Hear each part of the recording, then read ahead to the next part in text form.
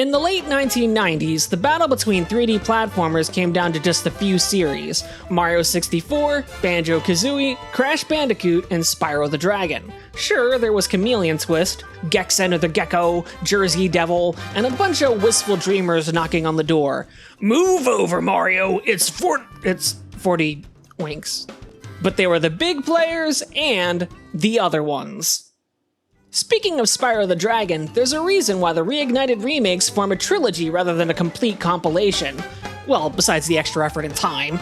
Most critical consensus is that Spyro as people know and love it ends at Year of the Dragon, and there's never been a game worthy enough to be the fourth. A Hero's Tale has been considered a pale imitation, which I'll surely review at some point, and the Legend of Spyro series may as well be a completely different intellectual property for all the changes that it made. Is there nothing out there to satiate our gem-starved populace?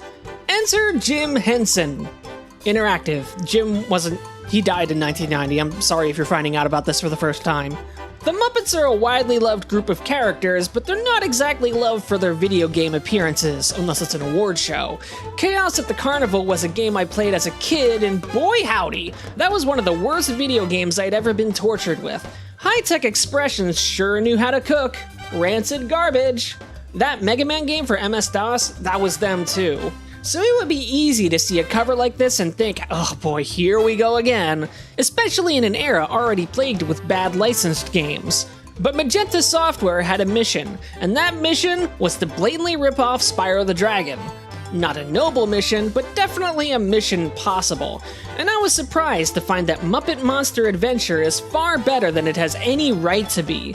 The game opens with an admittedly low-budget CG cutscene, which is highly disappointing. It's the Muppets! How are you not using the puppets? It's just weird watching Kermit walk. I know they've sometimes done it, but it's extra weird in 3D.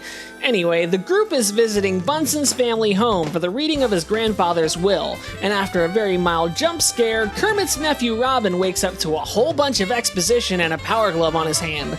Kermit and pals have been turned into monsters, and it's up to Robin to save them all. No, it doesn't make much sense, but it's what we've got. And immediately after, you're sent to the hub of 18 levels and 6 bosses to start your adventure. Immediately on exploring the first level, the Spyro comparisons become extremely evident. You have a sprint, a glove attack that is basically Spyro's flame breath, a bat transformation that functions like Spyro's glide, and a spin attack not unlike Crash Bandicoot's. Much like an STD, wait, that's the acronym for Spyro the Dragon? That sucks.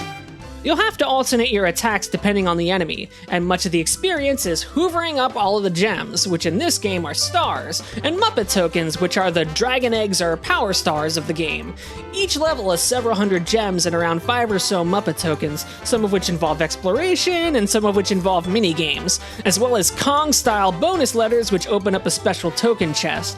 If you enjoy Spyro the Dragon gameplay, you are in for a very cozy time, for the most part. But here's the thing.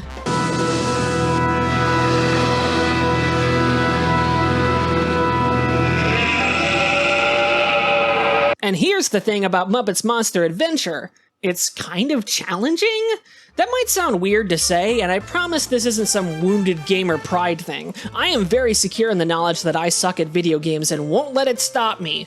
But when you consider that this is a Spyro knockoff and a game marketed to kids, you'd think that it would be even easier than the source material. But that's not the case. For starters, the level gating requirements are crazy. You know how it takes 70 power stars to reach Bowser in Mario 64? Well, reaching the final boss in MMA requires that you have 106 out of 108 total Muppet tokens. That's 98%! Also, you will die a fair number of times in the game, either due to slipping off an edge or mistiming an attack on an enemy, and though the only real punishment for a game over is getting sent back to the beginning of the level, it's still a little annoying to have to operate all the switches and crates again. But besides those issues, the gameplay is exactly what I want out of a Spyro game, with wide platforming spaces, boxes to smash, gems to collect, and enemies to whack. The controls aren't quite as tight or precise as the Insomniac series, but they're fairly admirable for what this is. You later gain additional moves inspired by 5 of the 6 bosses, like climbing certain surfaces, smashing cracked walls, swimming, and pushing or pulling crates. That's right, we got box pushing puzzles. What's up, year 2000? What's up? And I was surprised at how comfortable swimming was. In a licensed game for the PS1? Legitimately shocking. What's less shocking about this licensed game are the more forgettable aspects that tend to happen with even the passion projects. The enemy design doesn't really match up with the Muppet house style, and maybe that was a task too tall for the PS1 hardware, but even in the unlockable concept art, they have a sort of homogenized look that could be slotted into basically any 3D platformer of the time. There is decent variety in the level design, but you get a little bit of 90s Saturday morning cartoon depictions of foreign cultures. The music is jazzy and bouncy, perhaps to resemble Dr. Teeth in the Electric Mayhem, but a lot of the music lacks hooks or excitement and starts to blend together. Worse, the tracks are not very long and start and stop, so you'll be hearing them about 15 times per level. The level design itself starts off fairly simple and offers fairly large stages to explore, with multiple paths and tokens stashed sometimes at hard-to-reach places. As the game goes on, they start to put you in a little more peril, with hazards like lava, falling or moving platforms over pits, and thinner pathways. I don't mind this difficulty climb, but again, I do wonder if a 7 or 8-year-old could possibly get through this game. I mean, back in 2000, nowadays they'd just watch a YouTuber do it while screaming their head off. For an average player though, it shouldn't be a huge challenge, but it at least keeps you on your toes a little bit. One big factor that might make or break the experience for you is how much you can tolerate Pepe the King Prawn. After Jim Henson passed away, the Jim Henson Company seemed to hone in on a couple of characters and overuse them because of their popularity with kids. Rizzo the Rat was very popular in the 90s and had a huge presence in films like Muppet Christmas Carol and Muppet Treasure Island. And after the Muppets Tonight, Pepe the King Prawn started wedging his way into a lot of Muppet media, like Muppets from Space and the Muppets Wizard of Oz. And this game is right in the middle of Prawn Mania, so Pepe is everywhere. What's that funny thing? He functions as the game's tutorial and quest giver, which means you'll be hearing a lot from him in every single stage. And you can't ignore him because he hosts several minigames across the 18 stages that award Muppet tokens, and you kinda need to do just about all of them. So, if you hate Pepe and think he's little more than a gimmick character, you're gonna find him very obnoxious while playing. And if you like Pepe, then you might love this game. Or you might come away thinking, man, maybe I don't like Pepe as much as I thought I did. The minigames themselves are fine, either a race or a memory game or a shooting gallery. They're about on par with Spyro's minigames, which weren't the biggest highlight of those games either. Aside from Pepe, I do think that the relative lack of dialogue these characters have in the game feels like a bit of a missed opportunity on the part of Jim Henson Interactive. Good work, Robin.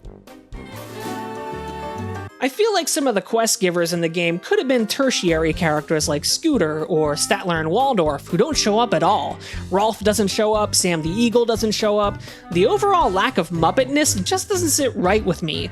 A little more character and humor could have made this an even better game, but you mostly just see Robin and Pepe for 95% of the game, and then you'll see Kermit, Fozzie, Piggy, and Gonzo for about 5 minutes.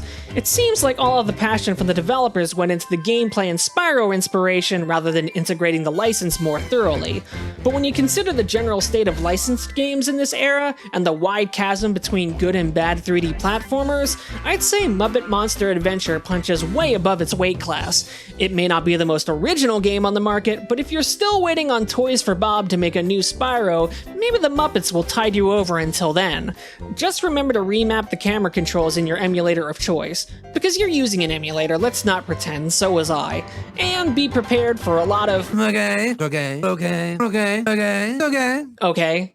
Thanks for watching this video. It really helps if you hit the like button, and even more if you share it with friends. You can hit the subscribe button and turn on notifications if you want more videos like this, and I have a Patreon where I post videos early as well as other stuff on occasion. Until next time, you'll find me in another castle.